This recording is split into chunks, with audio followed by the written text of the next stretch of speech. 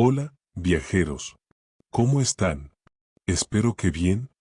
El olor del metal recalentado aún seguía atrapado en las juntas de la gran cámara cuando Charles Sud percibió, por el silencio, que ya había perdido.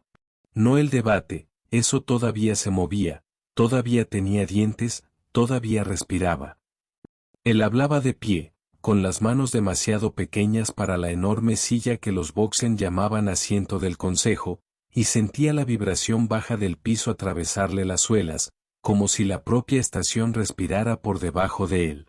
Afuera, más allá de las superficies reforzadas y de los campos de contención, el ciclo solar avanzaba lentamente sobre el caparazón plateado de la capital confederada.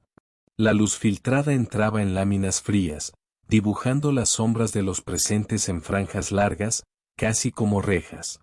Y quizá eso fuera lo que la reunión siempre había sido, desde el principio, una jaula elegante, pulida, llena de palabras caras para disimular el miedo. Están hablando de atacar a una especie entera porque crece demasiado rápido, dijo Sud, con la voz áspera al principio y luego firme por pura terquedad. Eso no es estrategia. Es pánico vestido de protocolo. Al otro lado de la mesa curva, la comandante Veslore movió la cola con irritación contenida. No alzó la voz. No lo necesitaba. Había algo en la manera en que los más poderosos hablaban en voz baja que siempre dejaba a los demás con la impresión de haber sido aplastados sin hacer ruido. Sí, crece demasiado rápido, respondió, mirando los informes proyectados en el aire. En apenas 20 ciclos solares pasaron de mundos limitados a rutas extrasolares. Eso no ocurre en especies estables. Eso ocurre en especies que se convierten en un problema.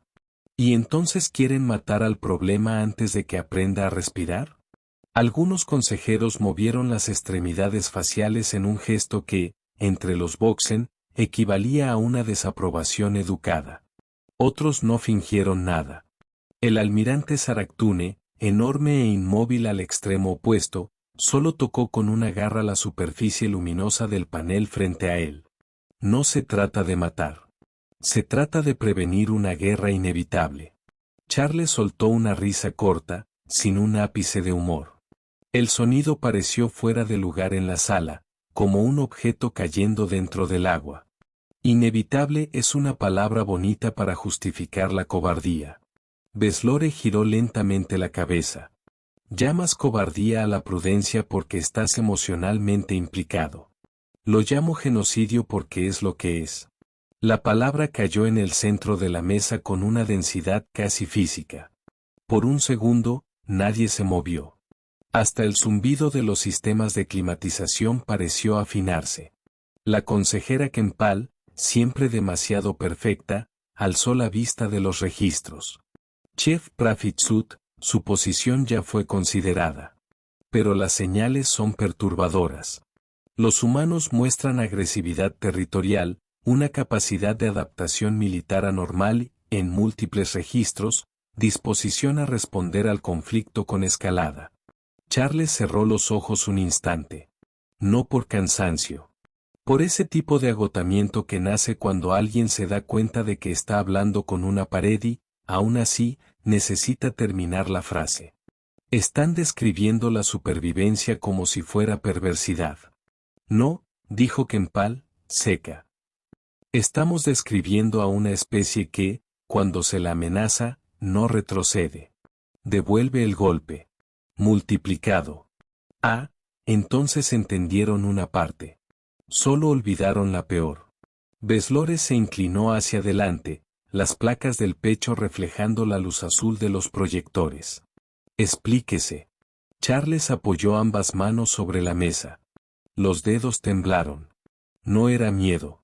Era rabia mal contenida, y un resto de tristeza que nunca salía de escena. Ustedes creen que los humanos responden como cualquier otro pueblo. Que si pierden una ciudad, se desorganizan. Que si sufren un ataque, se fragmentan en clanes menores, discuten entre ellos, imploran paz. Creen que se comportan como una ecuación. Respiró hondo, sintiendo el aire frío entrar seco en los pulmones. Pero los humanos tienen algo que ustedes todavía no han medido bien. Ellos lo llaman persistencia. Yo lo llamo persistencia retributiva. El término quedó flotando. A nadie le gustó. Precisamente por eso algunos se inclinaron, queriendo rechazar la idea antes incluso de entenderla. Ese es un nombre dramático para la venganza, murmuró Saractune. No. La venganza es personal. La persistencia retributiva es cultural. Es la forma en que transforman la pérdida en propósito. Si ustedes los hieren, no solo recordarán. Organizarán la memoria, purificarán el miedo, empaquetarán el dolor y lo devolverán con ingeniería nueva. Beslore hizo una pausa breve, calculada. Aún así, la ventaja es nuestra. Superioridad de flota, superioridad de alcance, superioridad tecnológica. Charles volvió a reír, pero esta vez había cansancio en el sonido. Siempre dicen eso cuando todavía no han sangrado. La sala pareció endurecerse. Algunos consejeros bajaron la cabeza, ofendidos. Otros observaban a Charles con la curiosidad que se reserva a los objetos peligrosos. Él continuó antes de que alguien lo interrumpiera. Los humanos no necesitan ganar con el primer golpe. Necesitan permanecer. Eso es lo que ustedes no entienden. Soportan la pérdida, improvisan en el caos, convierten el desorden en un taller. Ustedes planifican para un conflicto limpio. Ellos fabrican guerra a partir de los escombros. Y cuando se dan cuenta de que están perdiendo, se vuelven más creativos. No menos. La luz de la cámara osciló por un momento. Allá arriba, el panel central apagó una franja y la encendió de nuevo, como si la estación hubiera tragado saliva. Saractune alzó una garra. La flota está lista. Lo dijo como una sentencia ya escrita. No como un anuncio. Como quien cierra una puerta. Beslore no miró a Charles. Miró el conjunto de datos, las simulaciones, los mapas de rutas humanas en expansión. Su rostro estaba demasiado sereno. Y eso, entre los Boxen, era la máscara preferida de quien ya decidió.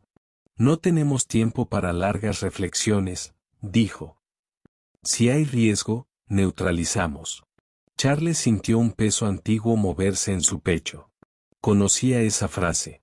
Siempre se parecía a cualquier lengua, a cualquier especie, a cualquier era. Si hay riesgo, neutralizamos. Si hay posibilidad, eliminamos. Si hay futuro, controlamos. Y después, cuando el mundo responde, fingimos sorpresa. Todavía pueden detener esto, dijo, y su voz salió más baja esta vez. Pueden emitir una advertencia, negociar fronteras, pedir acceso diplomático, cualquier cosa. Cualquier cosa es mejor que comenzar una guerra con la idea de que el oponente aceptará el papel de víctima obediente. Kempal observó el horizonte de datos. Su apego a la moral es admirable, Chief Profit. Pero la moral no protege rutas comerciales. No. Charles giró el rostro, despacio. Pero a veces protege a las civilizaciones de cometer el error más costoso posible. Nadie respondió. El gesto final de Beslore fue casi invisible. Inclinó la cabeza apenas 1 milímetro, como si aceptara un consejo. Su preocupación será registrada. Fue en ese instante cuando Charles entendió la mentira. No la mentira dicha. La mentira ritual. Registro. Consideración. Compilación. Vocablos de piedra para cuando la decisión ya está tomada en otro lugar. Miró las luces de la cámara, las placas transparentes pasando informes, las garras, los sellos, las expresiones que querían parecer objetivas y no conseguían ocultar el miedo a ser vistas como débiles. Y entonces respiró, muy despacio. Entonces hagan al menos una cosa bien, dijo. Si van a hacerlo, que sea rápido. Que sea limpio. No los torturen, no humillen a los civiles, no conviertan esto en un espectáculo.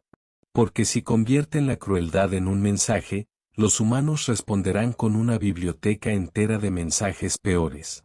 Saractune soltó un ruido seco, casi un escarnio. Habla como si conociera la especie por dentro. Charles sostuvo la mirada. Los conocí lo suficiente como para saber que lo que los rompe también los afila.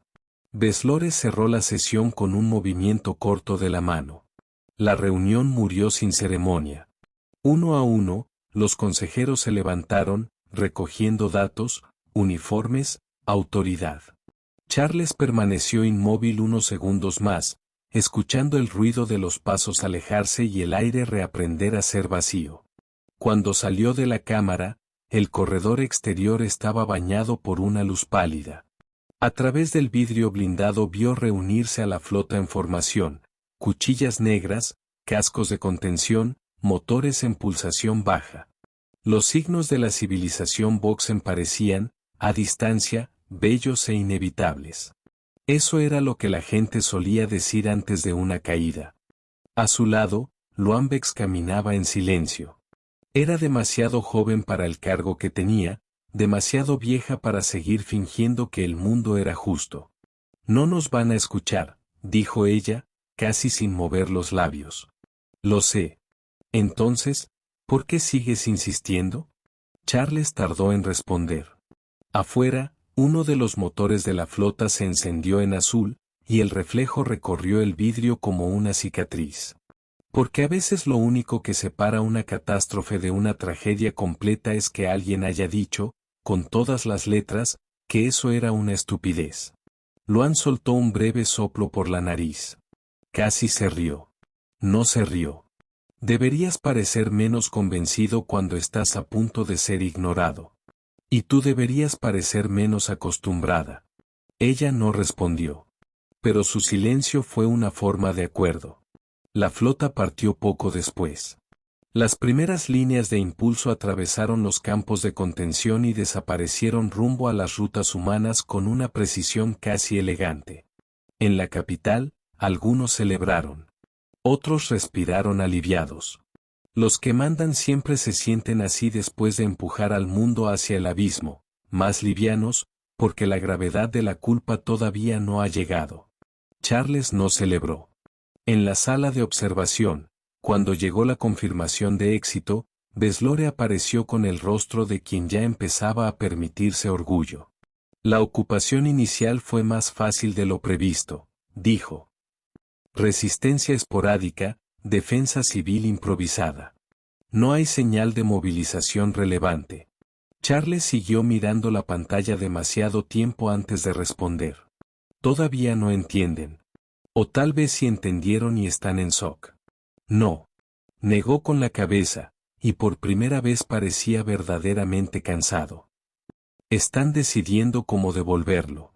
Beslore entrecerró los ojos. Insistes en proyectar tu catástrofe favorita.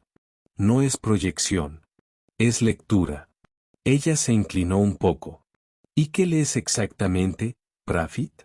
Charles la miró como quien mira una pared recién revocada y ya ve la grieta escondida debajo. Que ustedes crearon un enemigo que nunca va a detenerse. El comentario quedó en el aire. Nadie supo si era amenaza, diagnóstico o profecía. Quizá las tres cosas. Los primeros meses de la ocupación parecieron, para muchos Voxen, una prueba de que la decisión había sido correcta. Hubo colapsos locales, algunas revueltas, instalaciones derribadas de forma irregular. Los humanos resistían, pero de manera fragmentada. Era fácil interpretar la fragmentación como derrota cuando uno estaba acostumbrado a mapas limpios. Entonces los navíos de abastecimiento empezaron a desaparecer. No siempre explotaban. A veces simplemente dejaban de responder. A veces aparecían restos, fragmentos quemados, cascos retorcidos en órbita, como si algo hubiera mordido la línea logística y arrancado el centro. Y luego llegó la mina oculta en el cinturón de asteroides, la emboscada contra un grupo de batalla entero, el tipo de pérdida que no parecía posible hasta que sucedía.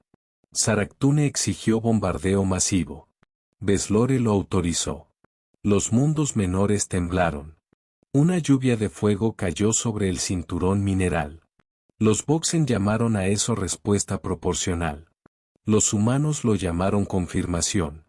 Fue en esa época cuando llamaron a Charles de vuelta. No por respeto. Por necesidad.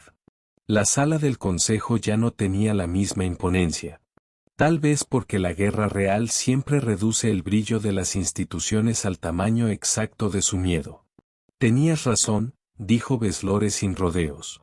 Charles la observó con cautela. Había algo nuevo en su rostro. No humildad. Todavía no. Pero sí una grieta. No quería tener razón. Eso no importa.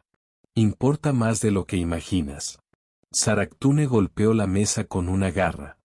Hable de una vez. Tenemos informes demasiado malos para ceremonias. Charles soltó el aire lentamente.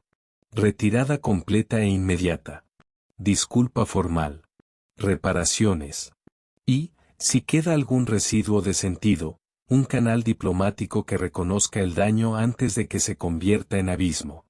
El silencio que siguió fue pesado, casi ridículo. Como si la idea de retroceder fuera un insulto mayor que la idea de destruir un mundo. Imposible, dijo Kempal. Para su orgullo, quizá, respondió Charles.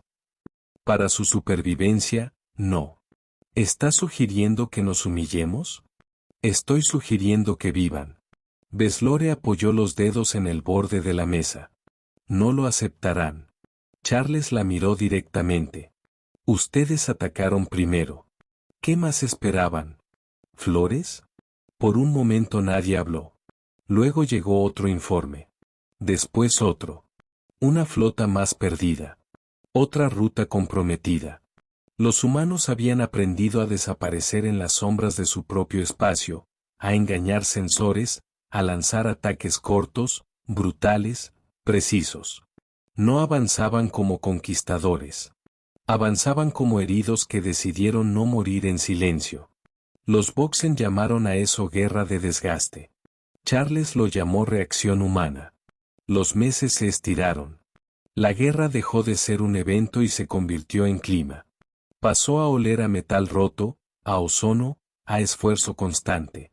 La estación de mando tenía siempre la luz baja, y la mayoría de los oficiales ya parecía dormir con los ojos abiertos. Cuando alguien sonreía, era por pura extenuación. Y, en medio de todo eso, los humanos hicieron algo que los Boxen no habían previsto. Se adaptaron. Reversearon las comunicaciones capturadas. Copiaron principios de propulsión. Improvisaron blindajes. Crearon versiones pobres, después mejores, luego peligrosamente eficientes. No necesitaron igualar a los Boxen en todo. Bastó aprender lo suficiente para volver inestable el campo de batalla. Entonces llegó Nexus 7.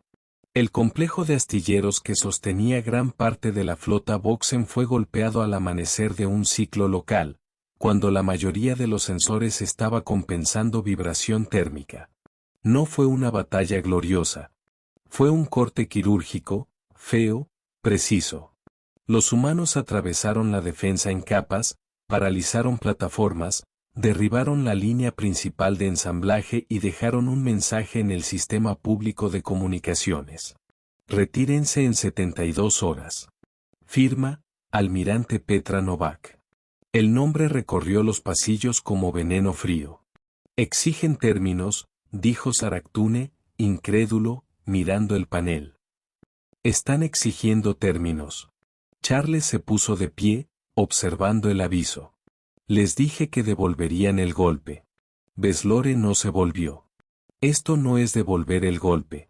Es aniquilación gradual. Ahora entiendes el problema. La sala quedó en silencio. Por primera vez no había arrogancia suficiente para llenar los vacíos. Los mapas giraban en el aire, mostrando pérdidas, rutas cortadas, colonias remotas aisladas. Cada marca roja parecía una acusación. El consejo votó. No se dijo la palabra derrota. Pero todos la oyeron. Cuando se aceptó la retirada, nadie celebró. Eso era todavía peor. La ausencia de celebración tenía sabor a derrota legítima. Las grandes estructuras se inclinaron, no ante la sabiduría, sino ante la matemática cruel de la supervivencia. La negociación final tuvo lugar en la Tierra. Charles descendió en una nave diplomática pequeña, casi íntima en comparación con los gigantes que habían orbitado el sistema durante la guerra. El planeta, visto desde arriba, parecía demasiado quieto para haber producido tanto horror. Nubes blancas, océanos oscuros, cicatrices de ciudades en la superficie. Como siempre, la paz solo parecía natural cuando se ignoraba el precio. La base de reunión estaba sobre una plataforma costera. El aire tenía sal, viento y ese frío húmedo que hacía que hasta los boxen parecieran menos seguros de sí mismos. La almirante Petra Novak lo esperaba junto a una mesa sencilla. Uniforme gastado. Postura recta. Mirada que no pedía permiso. Chef Profit Sud, dijo, sin sonreír. Su evaluación de nuestra persistencia retributiva fue bastante precisa. Charles inclinó la cabeza. Preferiría haberme equivocado. No estoy segura de que eso habría ayudado. Él observó sus rasgos. Cansancio, sí. Pero también un tipo específico de contención que solo existe en quien aprendió a perder sin dejar de seguir. Podrían haber sido diferentes, dijo Charles. Petra soltó una breve exhalación. Y ustedes podrían no habernos atacado. No había crueldad en la frase. Eso la hacía peor. Era verdad limpia. Dura. Sin ornamentos. Charles miró el horizonte gris detrás de ella. Todavía se puede terminar esto antes de que solo quede odio. Ya quedó más que suficiente, respondió ella. La cuestión es qué piensan hacer con lo que quedó. La negociación se extendió durante horas. Hubo cláusulas, reparaciones, retirada, corredores humanitarios, reconstrucción de hábitats, intercambio tecnológico bajo supervisión. Palabras difíciles. Palabras demasiado pequeñas para el tamaño de los funerales silenciosos repartidos por los mundos afectados. Cuando terminó, ninguno de los dos bandos salió en paz. Pero sí salió vivo. A veces esa es la forma más honesta de victoria que una civilización puede sostener. Meses después, mucho después de que los combates cesaran y los astilleros volvieran a respirar otro tipo de rutina, Charles visitó un monumento erigido en una colonia reconstruida. No era grandioso. Era peor que eso, era simple. Una columna de metal oscuro con nombres en capas, familias enteras grabadas en líneas finas. Sin música. Sin ceremonia. Solo el sonido lejano del viento atravesando las estructuras de soporte. Una niña humana se acercó a él sin miedo. Sus ojos estaban demasiado secos para su edad. Eso, pensó Charles, también era un tipo de cicatriz. ¿Usted es el alienígena que ayudó a terminar la guerra?, preguntó ella. Él tardó un instante. Soy uno de los que intentó impedir la parte más estúpida de ella. La niña miró los nombres de la columna. Mi padre está aquí. Mi madre también. Y mi hermano. Charles inclinó la cabeza, sin saber qué hacer con su propia garganta. Lo siento. La niña guardó silencio un momento, apretando los dedos en el borde de la ropa. ¿Vuelven? La pregunta atravesó el aire con una fuerza terrible. No había lugar para la filosofía. No había lugar para la política. Solo quedaba la desnudez brutal de la pérdida. Charles sintió el peso de ese momento como si toda la estación se hubiera doblado sobre él. No, dijo al fin, con una honestidad casi dolorosa. Pero sus nombres quedan. Y lo que ustedes hagan con eso, también queda. La niña asintió con una seriedad que no pertenecía a alguien tan joven. Luego se alejó despacio, como quien ya aprendió que no existe respuesta capaz de deshacer la ausencia. Aquella tarde, Charles comprendió algo que lo acompañaría el resto de su vida. Los humanos no eran terribles porque amaran demasiado la guerra. Eran terribles porque sabían transformar la pérdida en permanencia. Y, cuando elegían la misericordia, eso también venía del mismo lugar profundo y peligroso. Un pueblo capaz de destruir un imperio, poco después, levantar una escuela sobre los restos. 5 años después, la antigua línea del frente ya se había convertido en un corredor comercial. Naves Boxen y humanas cruzaban los mismos puntos de tráfico, todavía cautelosas, todavía cicatrizadas, pero vivas. ¿Había tensión? Sí. Había memoria. Había noches en que nadie confiaba en nadie y días en que surgía alguna pequeña cooperación por necesidad, casi por accidente, como una planta nacida entre placas rotas. Charles trabajaba en una estación conjunta de observación y reconciliación. Por la amplia ventana veía pasar ciclos solares sobre rutas recién abiertas. Las superficies reforzadas brillaban bajo la luz distante, y los campos de contención ya no parecían armas, sino arquitectura defensiva, lo que, tal vez, era lo mismo, dependiendo del tiempo y de la honestidad de quien mirara. Beslore lo visitó una vez, años después, ya sin el peso anterior sobre los hombros. O quizá con otro peso diferente. Ambos casi no hablaron al principio. ¿Todavía cree que pudo haber evitado todo esto?, preguntó ella, mirando el corredor de mantenimiento más allá del vidrio. Charles tardó en responder. No todo. Tal vez la forma. Tal vez el precio. Ella soltó un sonido bajo. ¿Y la especie humana? Él observó a los humanos que pasaban afuera, el cuidado con que cargaban equipo, la manera en que a veces reían con un dolor antiguo todavía escondido en el fondo de la risa. Intentaron medirnos como si fuéramos simples. Ese fue el error. Nunca fuimos simples. Solo fuimos persistentes. Beslore exhaló lentamente. Todavía me asusta lo mucho que eso sigue siendo cierto. Charles asintió. A mí también. Afuera, una nave de carga humana atracó con suavidad junto a un módulo Boxen. Sin disparos. Sin alarmas. Solo el ruido común de civilizaciones que aprendieron, demasiado tarde, a compartir el mismo espacio. Charles apoyó los dedos en el vidrio frío. Aquella guerra había sido, al mismo tiempo, una herida y un cimiento torcido. No había belleza en ello, en el sentido limpio de la palabra. Había algo más extraño.